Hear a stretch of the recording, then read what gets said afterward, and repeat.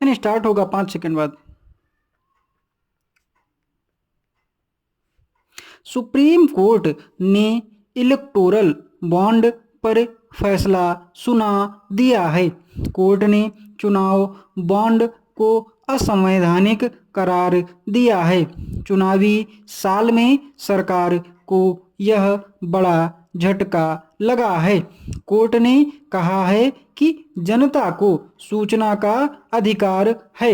State bank of India साल 2023 के अप्रैल महीने से लेकर अब तक की सारी जानकारियां चुनाव आयोग को दे और आयोग ये जानकारी कोर्ट को दे।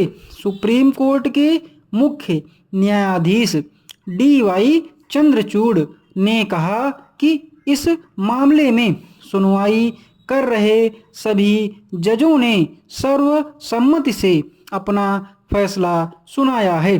केंद्र सरकार की चुनावी बॉन्ड योजना की कानूनी वैधता को चुनौती देने वाली याचिकाओं पर CJI का कहना है कि दो अलग अलग फैसले हैं।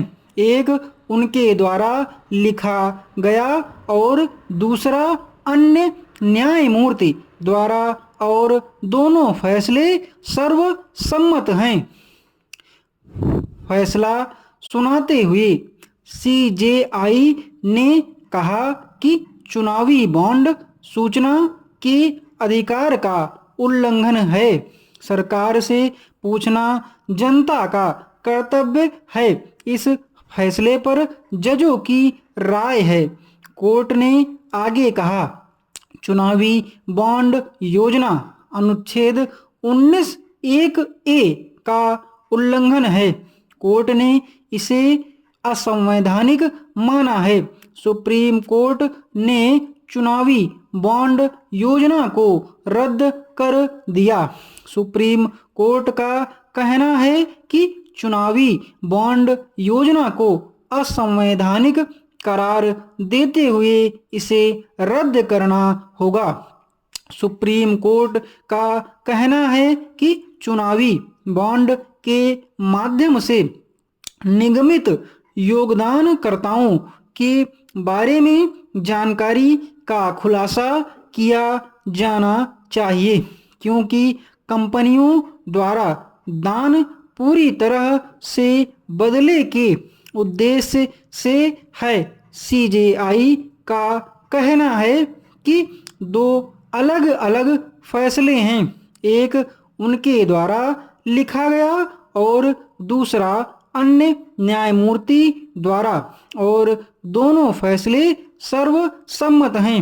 सुप्रीम कोर्ट का कहना है कि राजनीतिक दल चुनावी प्रक्रिया में प्रासंगिक इकाइयां हैं और चुनावी विकल्पों के लिए राजनीतिक दलों की फंडिंग के बारे में जानकारी आवश्यक है।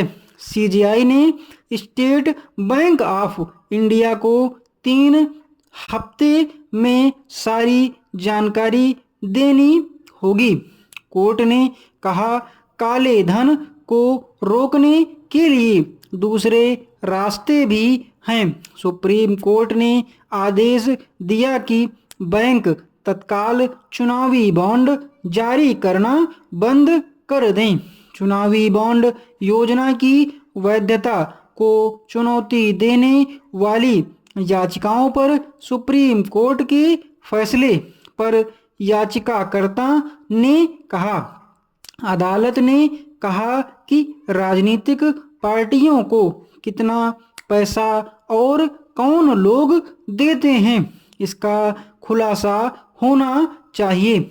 2018 में जब यह चुनावी बॉन्ड योजना प्रस्तावित की गई थी तो इस योजना में कहा गया था कि आप बैंक से बॉन्ड खरीद सकते हैं और पैसा पार्टी को दे सकते हैं जो आप देना चाहते हैं, लेकिन आपका नाम उजागर नहीं किया जाएगा, जो कि सूचना के अधिकार के खिलाफ है।